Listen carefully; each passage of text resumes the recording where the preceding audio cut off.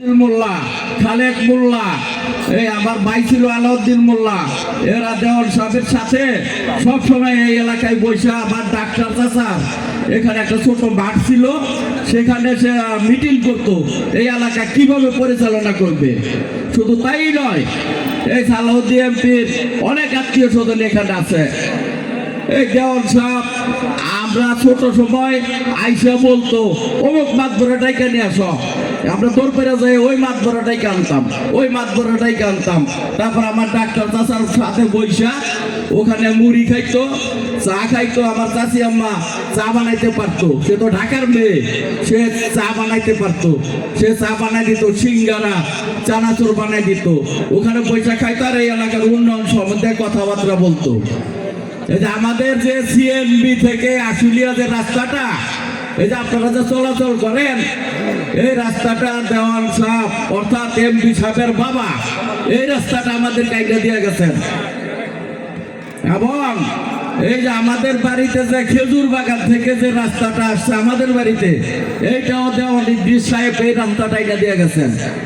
এবং এই ড্যাফোডিল ইউনিভার্সিটির যে রাস্তাটা প্রধান রাস্তা, এই রাস্তাটা আমার এই সালাউদ্দিন সাহেব আমাকে অনুদান দিয়েছিল এবং আমি এই রাস্তাটা করছি, যেটা ড্যাফোডিলের প্রধান রাস্তা, ড্যাফোডিল ভার্সিটির প্রধান রাস্তা।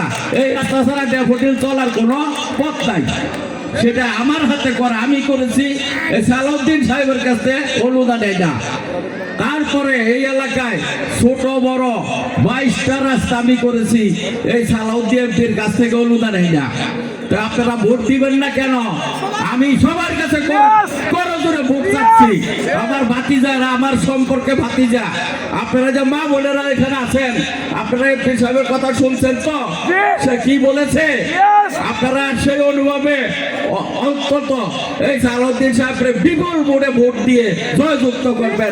আমার এই চানগাঁও সেন্টার, যে চানগাঁও সেন্টারটাই ভোট হবে, এইটার জন্ম পরিচয় আপনারা শোনেন। এইটা আমরা প্রথম টিন দিয়ে উঠাইছিলাম, খড়পা দিয়ে বেড়া দিছিলাম।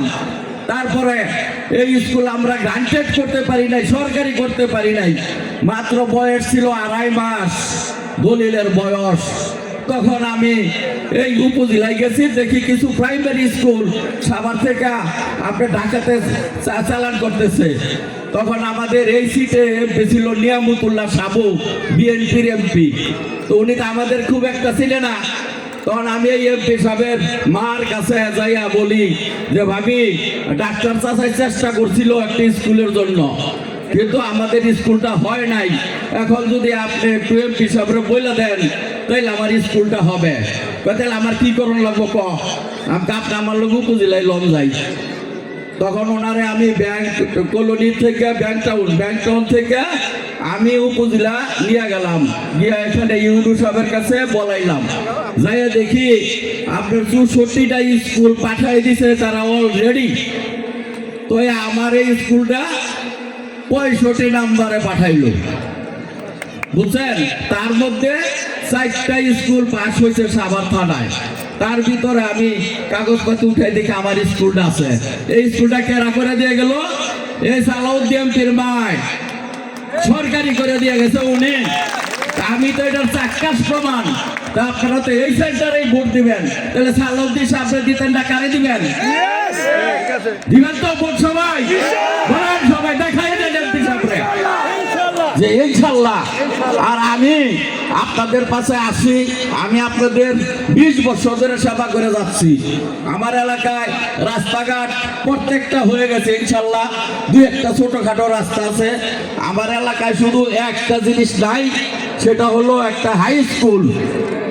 এমপি সাহেব যদি আল্লাহ তাকে পাস করায়, তাহলে এই হাই স্কুলটা এমপি সাহেবের কাছ থেকে কিভাবে আনতে হবে সেটা আমি না দিব আপনাদেরকে। আমি আপনাদেরকে কথা দিলাম, তবে আপনাদের ভোট দিতে হবে। তো যাই হোক, এমপি সাহেব অনেক বক্তব্য দিছে, বিপ্লব বক্তব্য দিছে।